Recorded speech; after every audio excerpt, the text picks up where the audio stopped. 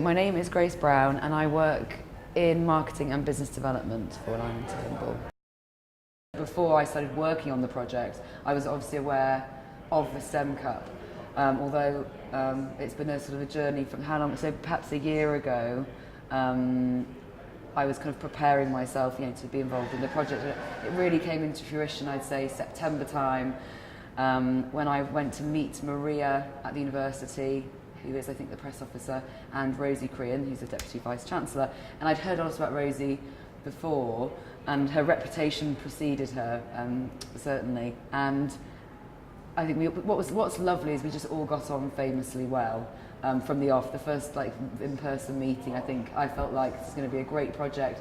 Obviously, you work with who you're required to work with, but I think we've really glued, and I think that's helped have sort of such a successful journey, which we're now at the end of. The build-up has been, it got pretty into, so from the beginning of this year, it's sort of quadrupled in terms of kind of anticipation. But really, I think going back to November when we had our first London view, I mean, that was a really special time. So I think the engines have really been motoring in terms of kind of adrenaline and expectation and excitement that it's such a special project, and it's a real pleasure to be involved. And it's nice when you've got a sort of a clear end to a project as well, or a clear sort of time frame where key things are happening that are very exciting. Obviously the international tour starting in London, where the STEM Cup hadn't been on view for 20 years, and you had the great and the good of the art world coming along to the Duke Street Gallery, and that was during Asian Art in London, which is this fantastic, a bit like Asia Week Hong Kong that Lee was discussing, that we're in right now. It's the equivalent in London, so everyone's there were queues, it was fantastic. And then then we're kind of resetting ourselves to go to New York, which again was hugely exciting. We were situated in this fantastic gallery called Carlton Hobbs, which is just a really fitting space, really beautiful, one of the most beautiful galleries in New York, I would bet. And then on to Hong Kong. So I think my kind of levels of anticipation have followed the sort of the pattern of the worldwide tour, and I can't quite believe it's all now over, really. Freemans and Line & Turnbull have been in partnership for about 15 years, doing various marketing, a sort of a marketing alliance, if you like, various marketing activity.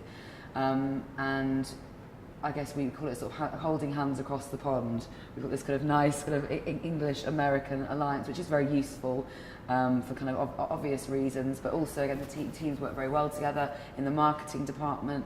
I've worked very closely with their marketing department, which has made it all kind of not only transatlantic but completely worldwide. If you're looking at doing an auction in Hong Kong for the first time, so it was in a way a step into the unknown. But I think we felt like we had the wealth of an experienced team to draw on, and that's really what I think Freemans and Line & Turnbull give each other, which is great. The power of two, really, the power of two. And I think we've got 400 years experience as a combined company, which is many years. So yeah, they've been fantastic, and I think art collectors and buyers are getting used to seeing our brands side by side. We have this biannual magazine, the International View, so it all kind of really fits, and it's great to have done the first auction together. You probably can tell by my accent, although I could easily have learnt Mandarin at a time. I haven't, unfortunately. I'm not one of those people that can speak like 10 languages, but I can speak some, more European. So we had an issue, obviously a challenge there. Obviously, many of the collectors of Asian art are in mainland China, where the understanding of English is relatively low, and also we want to reach publications that are in people's native languages. So immediately I realised it was very important to get an Asia-based PR agent, which we did, and I'm very pleased with our choice. We've had fantastic coverage in that area, which is incredibly important to the project. And more locally in Hong Kong as well. I mean, we've got, as I said, the power of Freemans and Line & Turnbull, so we have quite a lot of reach. It was a bit of a kind of triangle in a sense, with an Asian team and the two of us. So I think that's what's generated the sort of the wide coverage we've achieved. The response, well, I mean, I think if you could bottle the atmosphere in that room, I'd have bought one. It was just, it was electric and quite unique. That kind of atmosphere you really only get at an auction, and obviously this is an incredibly special one for our team, for the university. Obviously Rosie was, you know, sitting there watching it happen in real time, and it was quite a sight to behold. So, as expected, I think all of the emotions were running high, and I think that's what kind of made it particularly memorable. I think we'll all remember it for many, many years to come.